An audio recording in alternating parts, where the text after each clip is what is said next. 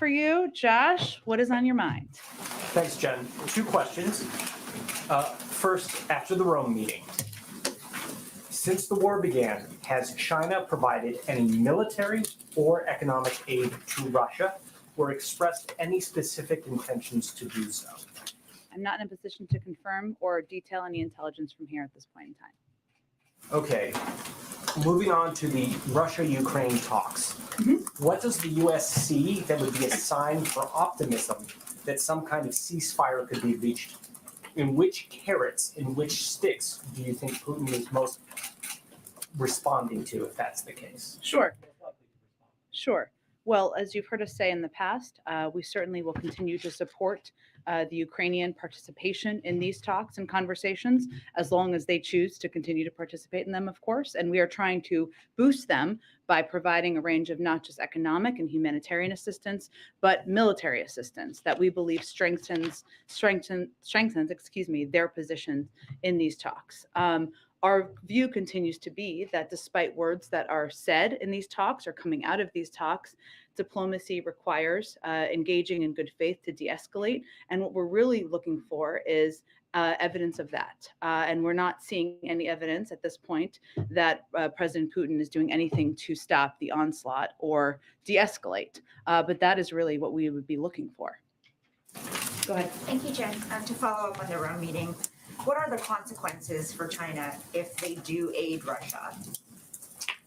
Well, I'm not going to get into specific consequences. I think what we have conveyed and what was conveyed by our national security advisor in this meeting is that should they provide military or other assistance that, of course, violates sanctions or supports the war effort, that there will be significant consequences. But in terms of what those specifics look like, we would coordinate with our partners and allies to make that determination.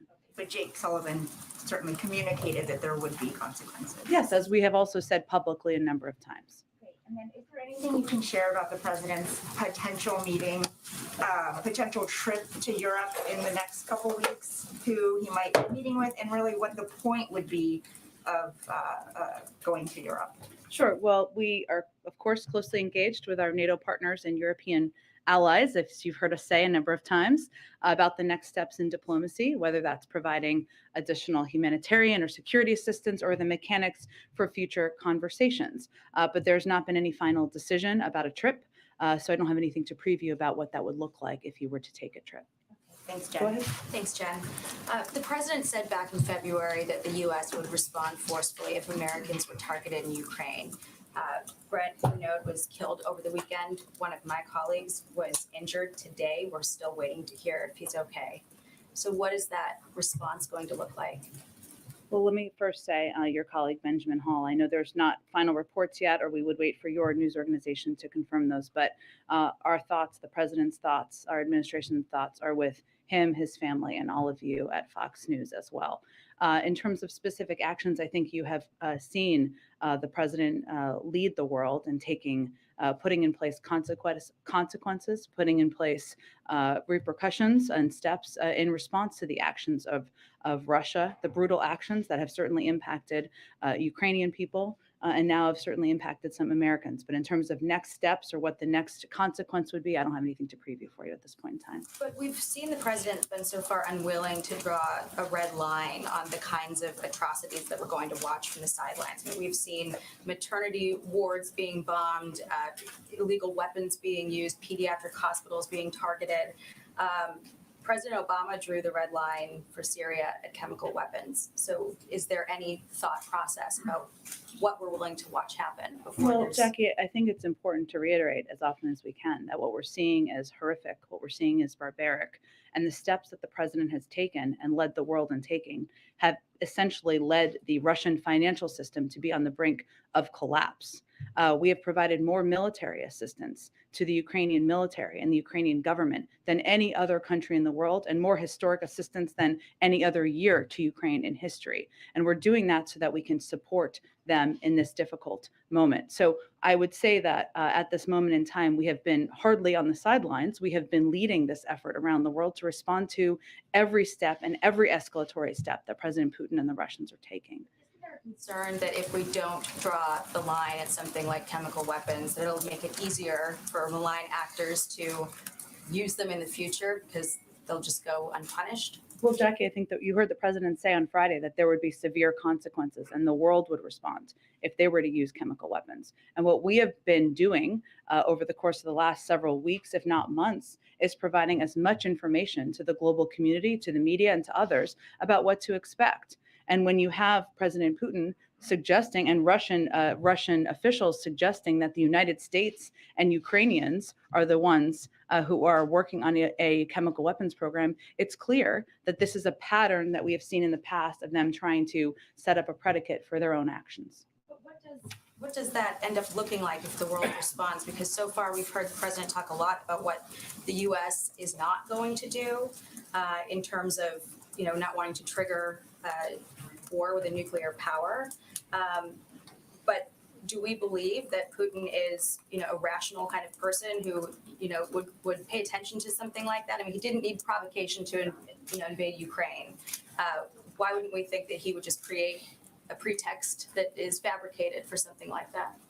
We do. That's why we've talked about it. And I think, Jackie, what's important here is and then I'm just going to move on to get to more people, is that for any president, you have to weigh how you can lead the world, how you can make very clear that actions are horrific, that they are not acceptable, they're not aligned with global norms, while also thinking about our own national security interests. And starting World War III is certainly not in our national security interests. Putting U.S. troops on the ground in Ukraine to fight a war with Russia is not in our national security interests. Go ahead.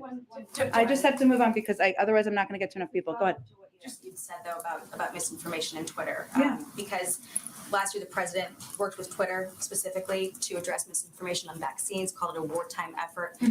Has there been any conversations with Twitter to address misinformation as it pertains to chemical attacks and that kind of thing, given that Russia has banned this platform within the country and they're using it to obviously target eyes outside of the country, including within the U.S., to spread propaganda and We're the ones misinformation? who told you all about that. I agree. I don't have anything to read out for you in terms of private conversations with Twitter or any other social platform, but I'm happy to check and see if there's more. Go ahead. Back on the Rome talks, have you seen any, or did your colleagues see in this meeting, any sign that China got the message that they are going to heed your warnings? Well, what we're going to be watching closely, of course, is actions. So beyond that, I think as my colleagues just read out for you in a call that we delayed the briefing slightly to make sure you could all participate in, it was an intense 7-hour session reflecting the gravity of the moment. And it was an opportunity to be very clear about what you've heard our national security advisor convey publicly, but more directly about what the consequences would be. And your colleagues have said that your deep concerns were conveyed about what would happen if China were to align more closely with Russia. Just big picture, if China does not heed the U.S.'s warnings, if they do move forward with this, how concerned are you that this is inching closer to the world war that the president has been warning of? Well, I think what we're looking at here, one is if China were to decide to be an economic provider or to take additional steps there to Russia, they only make up 15% or 15 to 20% of the world's economy. The G7 countries make up more than 50%. So there are a range of tools at our disposal in coordination with our European partners, should we need to use them. But again, we don't have anything to update you on in terms of an assessment. This is obviously an area we're watching closely. While this meeting has been planned for some time as a follow-up from the November call that the president had with President Xi, it was a timely and important moment to have this conversation, especially given the reports we've seen and the invasion, of course, of Ukraine. Oh, go ahead. One more. Go ahead. One quick follow-up, actually, to Jackie's questions about chemical weapons. The president, as you noted, said on Friday that Russia would pay a severe price. What would that price look like? Are we talking in the realm of more sanctions? Can you give us sort of any big picture about what that would entail? That would be a conversation that we would have with our partners around the world, but there's no question if Russia were to decide to use chemical weapons, there would be a severe reaction from the global community. Go ahead. So when you talk about kind of the possibilities for China if they don't go along with what you've asked, would you say, like you said with Russia, that everything is on the table, including ending trade negotiations, sanctions? Is that all on the table? I'm just not going to be in a position to detail it further from here. We'll see. We'll keep having this conversation over the coming days. But you won't do nothing if China decides to provide military We've been clear support there would be consequences. that you all would initiate. Yes. Okay, and then what's kind of your thinking about what an end game looks like as far as these conversations with China? Do you want them to shift their strategic priorities and not have a relationship with Russia that it does now, or are you looking for something more modest? Less about changing their mind and more about making clear with them what the consequences would be should they take additional actions to support this invasion.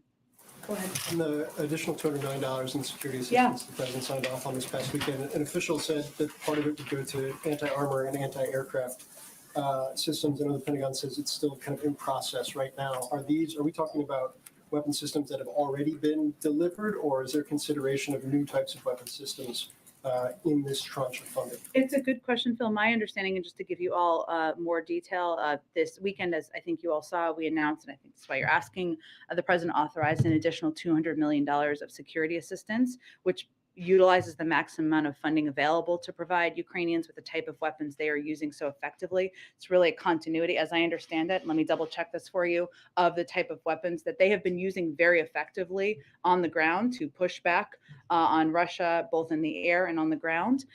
So that includes, as you noted, anti-armor, anti-tank, and air defense capabilities and ammunition of other types, and other types of assistance to address the armored, airborne, and other threats that they are facing. But my understanding, Phil, is it's a continuation of the types of security assistance that we have been providing, and of course, the president is looking forward to. There's a significant amount of funding, as I think you all have noted, in the omnibus for Ukraine, which would enable us to provide even additional assistance to add to that package. And then just a quick follow-up to one of Josh's questions. Deputy Secretary of State this weekend said, quote, she's seeing some signs of willingness to have real serious negotiations. I think that differed a little bit from what we've heard from officials about the Russian posture up to this point. Can you elaborate on what the signs may have been seen in terms of giving this Deputy Secretary of State that view of things? Well, she also said that they would have to back any words with actions, essentially, which I think is an important context, right? They did have talks today. There have been reports that they will have additional talks. We've been very appreciative of the efforts of our allies, France, Germany, Israel, and Turkey, and others to be participants in these talks at times or engage in these talks at times. But again, diplomacy requires both sides engaging in good faith and to de-escalate. And what we're really looking for is specific delivery of actions. I think it's important to remember that there have been 5 or 6 attempts to implement a humanitarian corridor. Those have not been effective. Those have not worked. You've seen through video footage and others reports that that has not been abided by. So that is where we are keeping our eye and focus. Go ahead, Kelly. Do you get a sense that as this conflict with Russia and Ukraine is happening, that other actors that are adversaries to the United States, China, Iran, North Korea, are also testing the West with China's work with Russia as you're dealing with that, perhaps with Taiwan, Iran with its rockets, North Korea also showing its provocative nature. Is there a test of the West coming from some of the adversaries of the United States? We have not assessed those to be related, as you have said. I mean, if you look at the missile strike that we saw over the weekend, no U.S. facilities were hit, no personnel were harmed. We were not the targets of that. We've obviously seen tests and information we put out publicly as it relates to North Korea. We've seen dozens of tests over the course of past administrations as well. So I would say we are not assessing it through that prism. Has the administration reached out to American companies that have property infrastructure in Russia to expect that to be nationalized by Russia and to lose those assets in Russia? We have been, of course, engaged with U.S. companies, not encouraging them, publicly applauding them, but they're going to make their own decisions as private sector companies. We've also conveyed, as we did publicly, I think on Friday, that there would be, we would certainly look to consequences should that happen. Go ahead. The former White House COVID advisor, Andy Slavitt, has a Twitter thread today in which he talks about the potential for an increase in COVID cases this spring. He says, based on European case increases, the U.S. could see a new rise in COVID cases. Are you confident the administration has the real-time data it needs to provide the best information possible to the public? To assess data? Yes, we are. I would note that I did not see his thread, but let me know, and I'm not sure if it was related to the BA2 variant. Was it related to the BA2 variant? Okay. What we do know about the BA2 variant, which I think is important context for people, is that it's circulated in the United States for some time. We've been watching it closely, of course.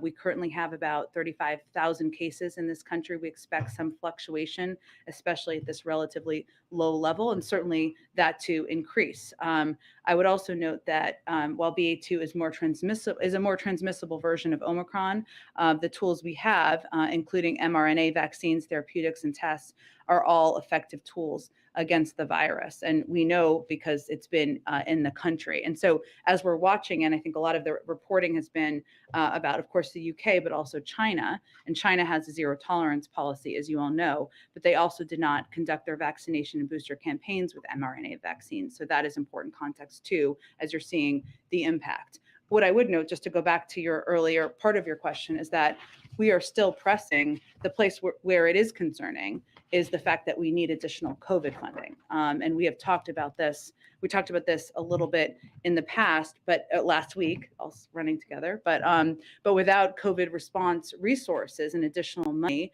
there could be immediate impacts on testing capacity. The uninsured fund, which offers coverage of testing and treatments for tens of millions of Americans who lack health insurance, and on our supply of monoclonal antibodies. And that means that some programs, if we don't get funding, could abruptly end or need to be pared back. And that could impact how we are able to respond to any variant, of course. I do just want to ask you one more quick question. We noticed the president, when he came on stage today at the Marriott, had a mask on. Is that something he's been advised to do, or is that something he just feels more comfortable doing? Often he does that when it's required by a specific event, as he did when he went to Texas last week. I can certainly check on that. He was tested yesterday and tested negative. Go ahead. Thanks, Jen. So on Ukraine, the president has made clear that he sort of has a red line with Russia in terms of not wanting to do anything that would get into a direct confrontation or lead to World War III, as he puts it. I'm curious, and you're not sure in specifics, but in broad strokes, does he have a similar red line now with China assisting Russia? And does he not want to get into a direct confrontation with China? And are there certain things he's not willing to do because of that? Let me see if I can answer your question, but tell me if I'm not. We don't like red lines around here, so I'm not going to use that phrasing. But you are obviously correct that he's been very clear and consistent about that he does not have the intention of sending U.S. troops to Ukraine. That has not changed. I would look at, while we are certainly watching closely the actions of China, whether that is support of any kind, in support of any kind for Russia, and certainly there would be consequences to that. I do think we look at it through a slightly different prism. I mean, Russia is invading Ukraine actively, so I'm not sure if I'm answering your question or not. Sort of, just to follow up, I mean, no ground troops in Ukraine, but also there have been other things such as not enforcing a no-fly zone or not providing the fighter jets that the president has been reluctant to do. So again, you said you're not sure in specifics. You said, Jake Sullivan said significant consequences for the Chinese, but I'm wondering if there are certain things that you will not consider because it could lead to a direct confrontation with China that you're reluctant to get into, the same way you are with Russia. I just think we look at it slightly differently. I mean, why the president has been so clear about not sending U.S. troops is obviously because that would be a military conflict. We're not fighting, obviously, there's no military conflict at this moment with China, nor are we predicting that. So I think it's slightly different. Sure. Different topic. How high is the administration expecting gas prices to go? And how much, is there a limit, not a red line, but a limit at what you think the U.S. public can bear? This just flows off the tongue. It's okay.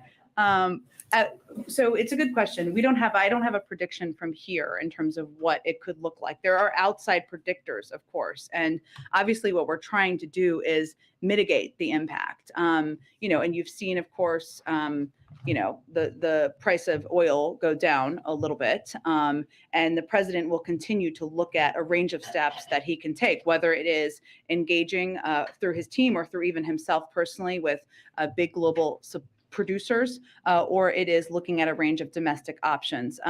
But we've seen it go up. I mean, we look at a lot of the same data you look at, AAA and other data, that it shows us how much it has gone up since the period of time when Russian troops lined up on the border. But in terms of how far, we still believe it will continue to go up, but we're trying to take steps we can take to mitigate that and reduce it. Go ahead, Mar. Thank you. I understand you don't want to lay out what the severe consequences would be if Russia used chemical weapons, but I guess what I'm confused about is we know there's not going to be any U.S. troops, no jets, no no-fly zone.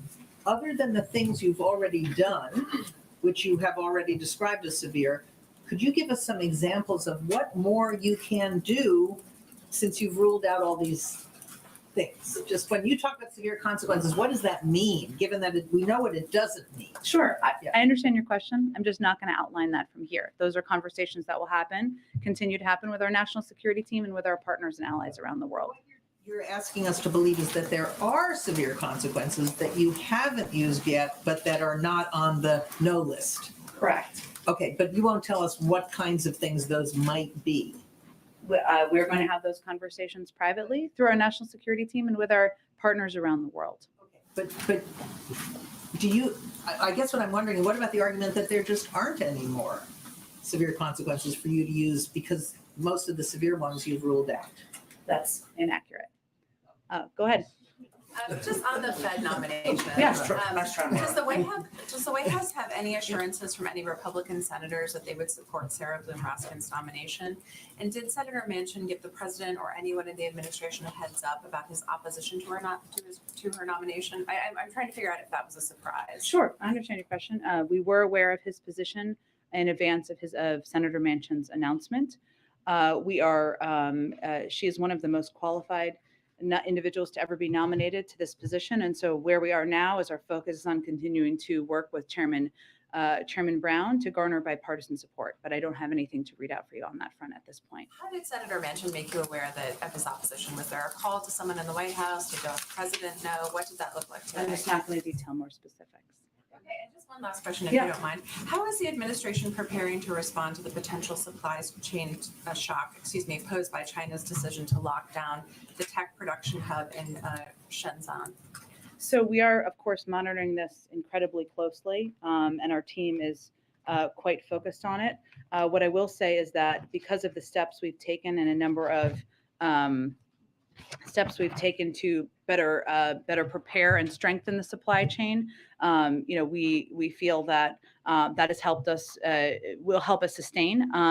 But in terms of right now, we're basically in the stage where we're monitoring with the State Department. What we're looking at is, of course, as you know, the impact on some of these ports around where the impacted areas of China.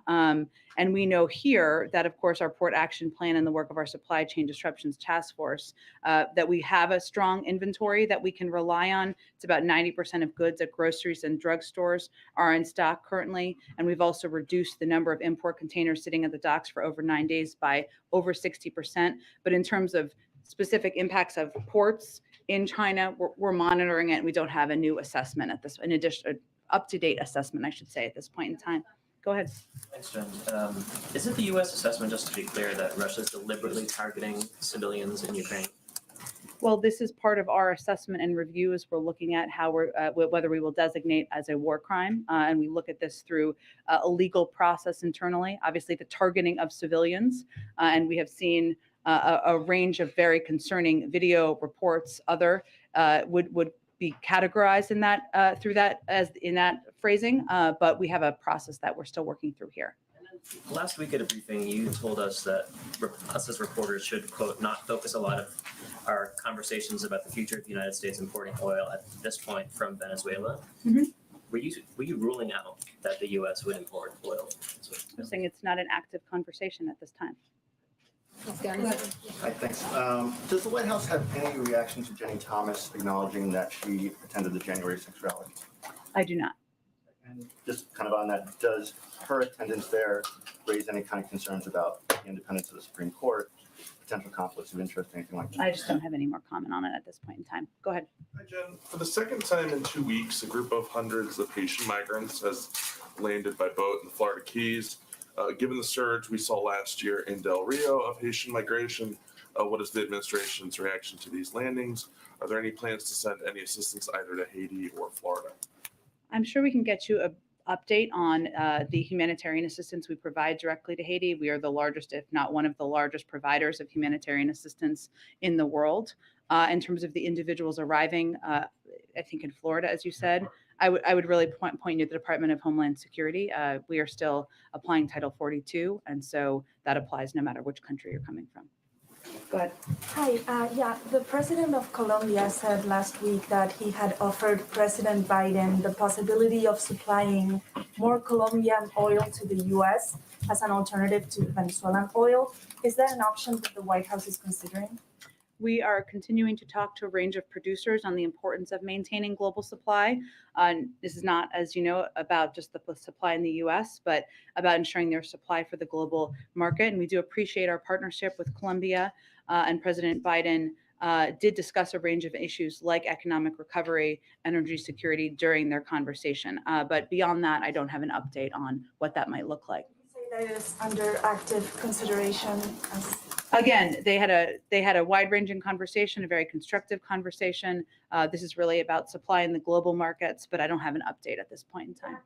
Follow-up, Chevron is preparing to take operating control of its joint ventures in Venezuela. Reuters just reported that in case the U.S. would grant them a special license to operate.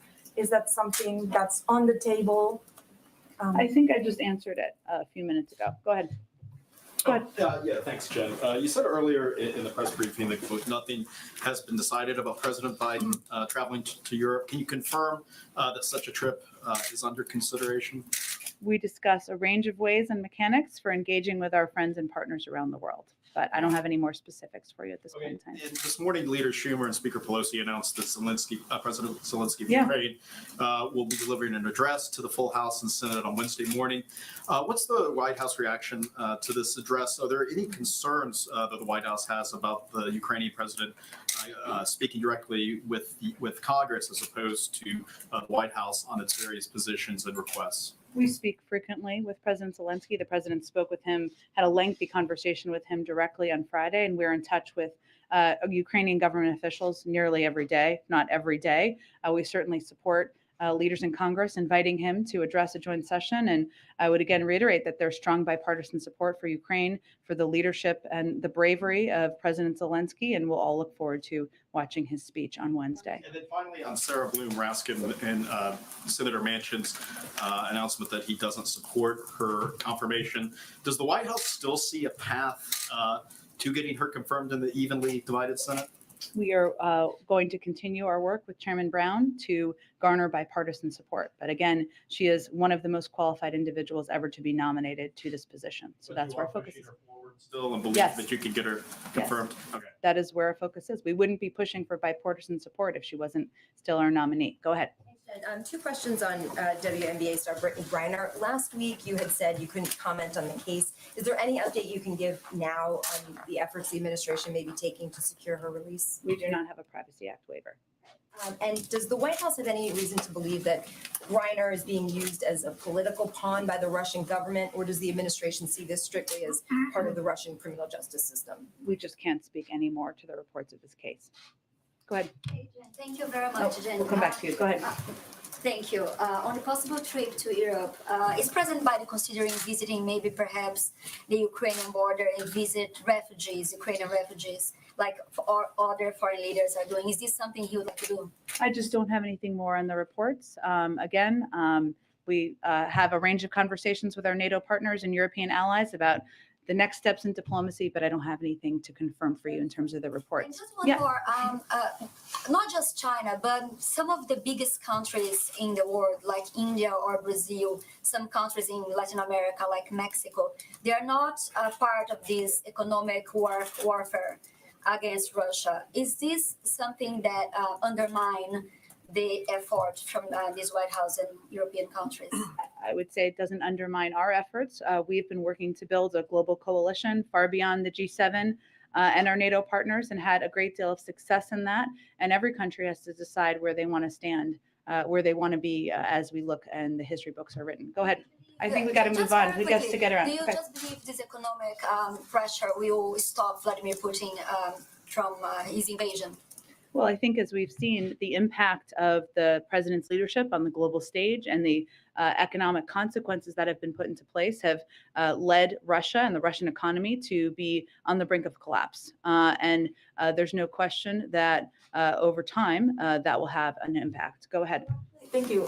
Furthering that point, you did mention at the top of this briefing that there has been no action on the part of Putin to stop the onslaught. You haven't seen any action. And that is after, again, all of these severe economic sanctions have been levied. And so, I'm wondering why the administration thinks that this threat of further severe action that is vague, that is unnamed, will deter him from using chemical weapons? Well, I think the reason that we spoke out last week about chemical weapons is because we felt that it was important for the global community to understand that they had the capacity, the capabilities, and that they have used them in the past. And at the same time, they were accusing inaccurately, they were spreading false information about the US and the Ukrainians' intentions. That was the origin of why we were so outspoken last week. So this is more about us making clear to the world what we've seen as patterns in the past and what their capabilities and capacities are. Go ahead. Thanks, Jen. President Biden has repeatedly said no US troops inside Ukraine. Are there any US troops still training Ukrainians outside Ukraine? And if not, could that be a thing as we move forward? This You mean in neighboring countries? Yeah, like bases outside Ukraine. And if it becomes a long-term conflict, as obviously many predict, would that be a thing the United States does? Let me check with the Department of Defense. We obviously had trainers on the ground for a period of time. We hadn't, then we pulled them back. We obviously have a significant military presence in a range of countries in the region, but I can see if there's anything that we are looking ahead to. Considered an escalatory type of thing, a bit like the MiGs, which got complicated because no one knew kind of how to get them to the Ukrainians. Like if you had Ukrainian soldiers going into Poland, Sure. trained by US troops to go back and fight Russia. I mean, I think really our focus right now is on providing them and continuing to expedite the military assistance to them. And the good news is that we still, through our coordination with them and our NATO allies, we're able to get them that assistance on the ground. They are actively fighting now. So that's where our focus really is at this point in time. Go ahead. Yeah, on the Federal Reserve, would the administration then support the 4 nominees who seem to have the votes to be confirmed to go forward and deal with the Ratsky nominee after? Well, there's enough support to move all 5 nominees through the committee. So we think the Republicans should show up so that they can vote them through the committee. And on one last thing, the fact that China's in the conversation about helping Russia, should U.S. companies then look at maybe decoupling from China with their investments there and be cautious? What's the message that you have? Can you trust the Chinese? I don't think it's about trust, but we have not made an ask or a request at this point of that.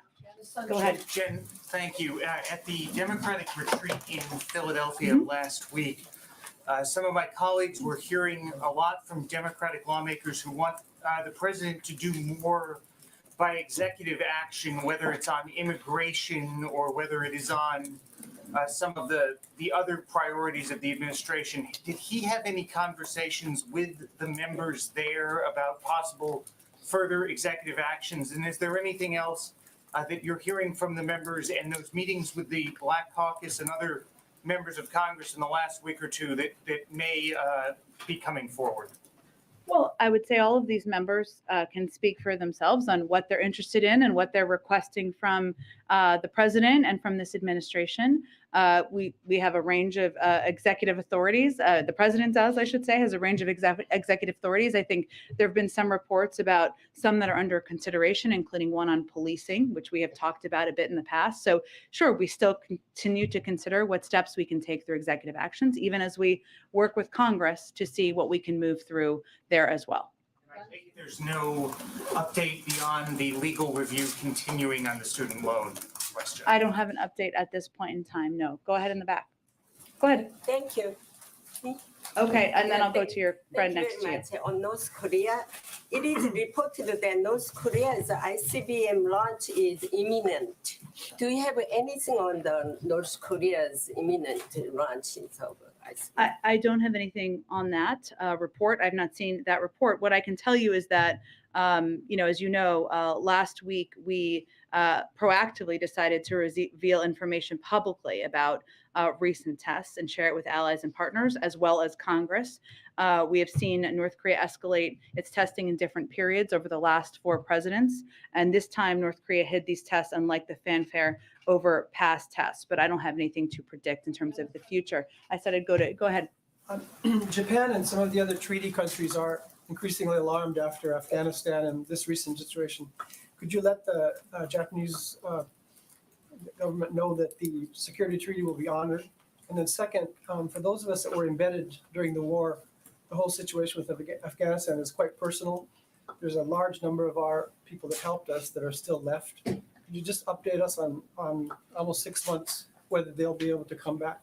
Well, I would say on the second part, that is one of the reasons that we've worked so closely with our with the Qataris to maintain a diplomatic presence there so that we continue to engage with neighboring countries to bring people home and help some of our partners and allies who stood by our side, fought by our side over the course of the 20-year war. That's ongoing. In terms of the numbers, I would point you to the State Department, who would have the most up-to-date numbers. I'm not sure I understand your first question. Just a reassurance to Japan and a lot of the countries that have treaties with us that are worried, if a situation like this develops, if those treaties are going to be honored. Which situation? How would it relate to Japan?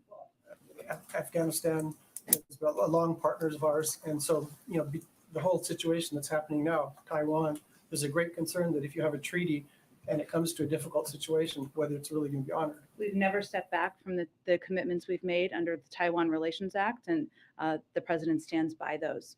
Go ahead, James. Thank you very much, Jen. 2 questions on Russia-Ukraine.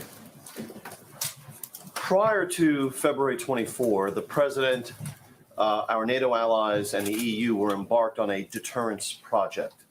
That's exactly the word that you and other senior U.S. officials used at the time. Quite clearly, the invasion was launched on the 24th of February, and so we can say as a factual matter that that deterrence project failed. Is it the view of the White House that Mr. Putin could not be deterred by any set of steps, or are you willing to concede that perhaps some other set of steps by the president and our allies might have deterred the invasion? James, I would say that when we put in place the threat of sanctions and the threat of consequences, we never thought that would be fail-proof or that would be 100% effective. We did that because we wanted to lay out the clear consequences should President Putin proceed in invading Ukraine, even as we predicted quite consistently that was very much his intention. And what we have done since that point in time is implement those sanctions and implement those consequences, far beyond what I think most people's expectations were in the world about what those would look like. I don't think I can look in a rearview mirror, or any of us can, and predict what would have been different. What we did is we took steps to rally the world to stand up to the aggressions of President Putin, and we have implemented them and followed up on what we committed to since that point in time. One key decision made by the president early on was to remove strategic ambiguity from this equation. Never really was Mr. Putin forced to wonder what consequences he would face. He was told at the outset he would never face military intervention by the United States and NATO, that the full range of the punishments he would face would amount to diplomatic and economic sanctions. I think a lot of people wonder why a greater effort wasn't made to leave Mr. Putin in doubt about the consequences he might face. Because the president is the president of the United States of America, and he felt it was important to be clear with the American people about what his intentions were and what they were not. And his intentions were not to send men and women, their sons and daughters, to fight a war in Ukraine against Russia. Go ahead. Thank you. On Iran? Okay, I'll do both. Go ahead. Ladies first. Thank you. Okay, go ahead. On Iran, the Iran talks appear to have stalled amid some last-minute demands by Russia. Are the Iran talks dead? And if not, what now? Well, right now, the negotiators are back home in their capitals. We'll see what happens in the days ahead with diplomacy around the deal.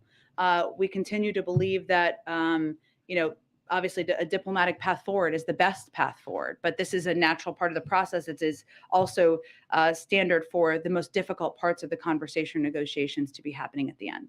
And then just on Ukraine, South African President Cyril Ramaphosa says he's been asked to mediate between Russia and Ukraine. Would the White House support that, endorse that, in any way assist with that, especially since the African model kind of tends towards like restorative justice, truth and reconciliation instead of, traditional justice?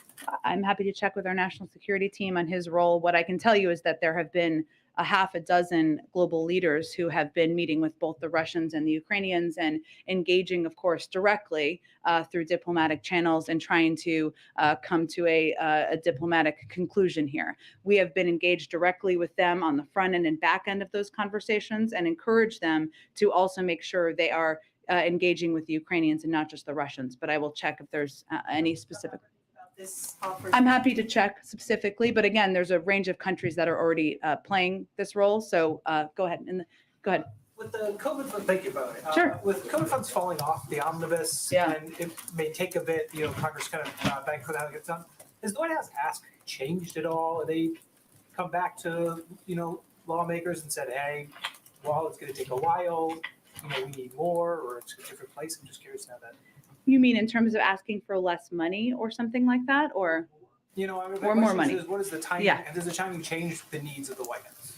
Well, the time. I mean, we're asking for money to meet exactly the needs that are going to start to come up soon in the coming weeks, even, and in supporting a number of the programs that have been pivotal to people across this country, especially people who are uninsured, people who are relying on access to free treatments, testing, vaccines. Obviously, these are programs that it's not only in the U.S. government's interest to continue, but it's in the interest of the American people, especially people who don't have the resources to cover and pay for a lot of these different treatments.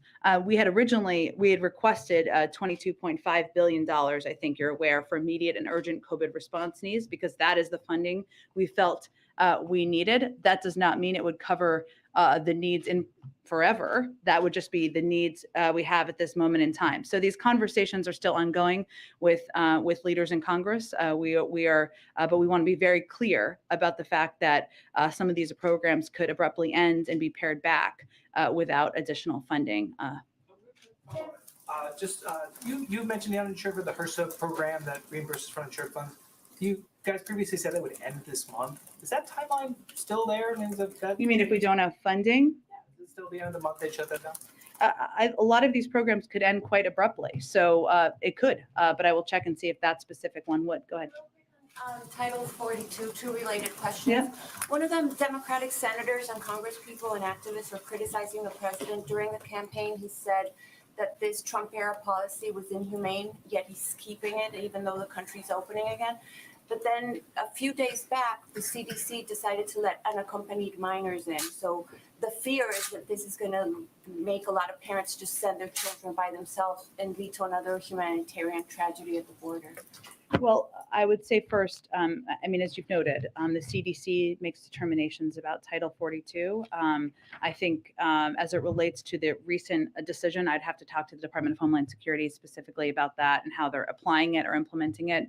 As you know, our intention is certainly not to put more children in danger or put them, incentivize parents sending kids on a journey that's treacherous and dangerous across the border. But the president, he is implementing this because we are still in the middle of a public health crisis. That continues to be the case as designed by the CDC. He still plans to reopen the border and make a more humane policy like he promised?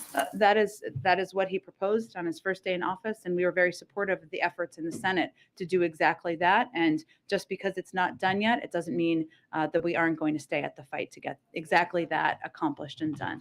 Is there any reason why you've not condemned racism against Africans in Ukraine? I understand that Ukrainians are the victims here. They are being bombed by Russia and they are being killed. But a lot of Africans there are facing racism. I know you are providing a lot of financial assistance to Poland and to Ukraine, but Africans there are being barred from even entering Poland. Why have you not officially, the White House, issued a statement condemning racism against Africans? We have, and I believe the State Department has, but we have spoken out against that and expressed concern about any reports of discrimination or at the border. And finally, if I may ask you, I'm trying to understand where you are trying your end game in Ukraine.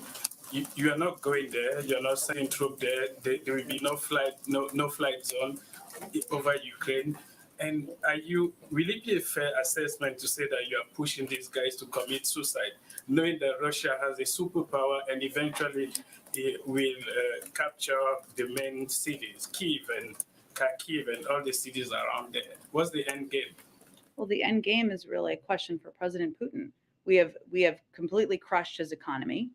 We have provided military assistance, humanitarian assistance to the Ukrainians, enabling them to fight back for far longer than the Russian leadership anticipated. And again, he has to determine what the path forward looks like for him. Thanks, everyone. Can you confirm the rumors that there are Russian hit squads going after journalists? I don't have any details on that for you. Have you heard of There's it? more. Thank you. Thanks. That was a question, right? Yeah, I haven't been able to confirm it. I asked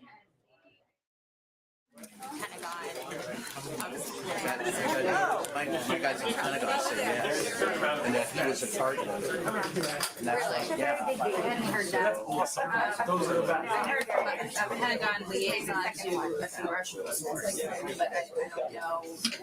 I'd like to get it straight from them, you know? George. Hey. Good to see you, brother. How you doing? Good.